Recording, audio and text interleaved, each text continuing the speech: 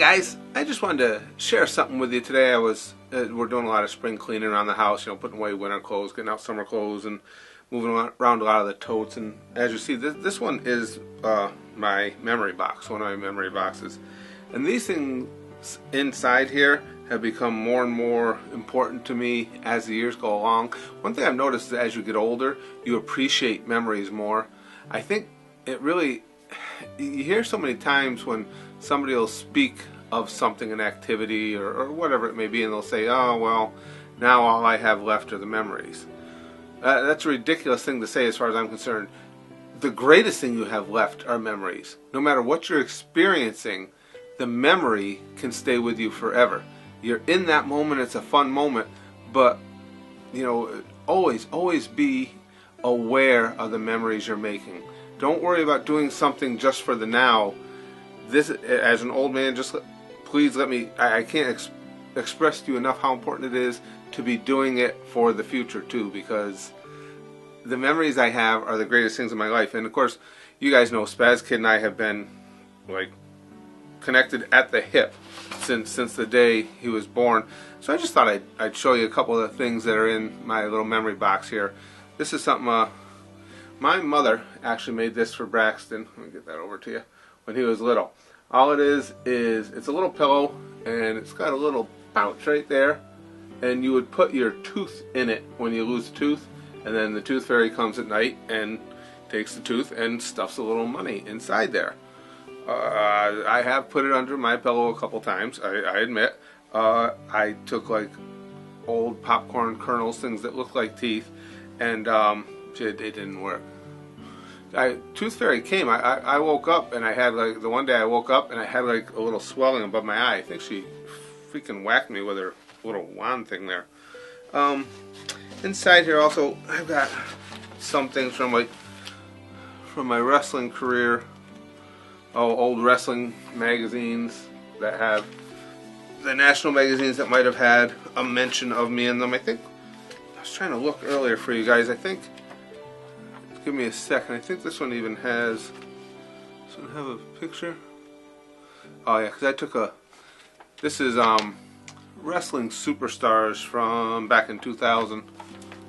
Here's this. I took so much heat over this picture in this magazine. You guys see that? Make sure I'm getting it to you. Yeah. They snapped a picture of me as I was signing an autograph for a kid. And once that magazine hit the stands, every show I played shortly after that, some guy would come up to me and go, oh, Curtis, have your autograph. Yeah, I took a lot of heat in the locker room for that. But I used to tell him, no, I'm not signing an autograph for you, bitch, unless you got $5, because I'm a douche.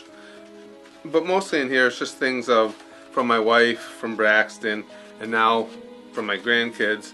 And it's just, I can sit here all day and just look through this box. This is a hat of some sort Braxton made years ago. It's a pan. As you can see, it's got a handle, and I have no idea what it was even made for. I thought it was a coonskin cap at first, but apparently it's just a hat that's like a pan. But I have this giant mutant head, so there's not a chance in hell of it fitting, but it's something that I'll keep with me always. And then this, I just looked at this just before I started doing this video. This, my whole file hold up so you can see it. This is a little scroll. And it was hard hitting actually when I opened it, because I'd forgotten about this one. He was just started school. Now it's still rolled up pretty hard, but as you can see, it's got his footprints on either side of it. And I'll read it to you what the text says in the middle. It says, "Walk a little slower, Daddy," said a child so small. "I'm following in your footsteps and I don't want to fall. Sometimes your steps are very fast, sometimes they're hard to see. So walk a little slower, Daddy, for you are leading me. Someday when I'm all grown up, you're what I want to be. Then I will have a little child who will want to follow me. And I would want to lead just right and know that I was true. So walk a little slower, Daddy, for I must follow you." You guys have gotten to know me a little bit. There's not much that makes me sentimental, and I'm one of the more harsh personalities you're ever going to see. Not one to give into fits of emotionalism.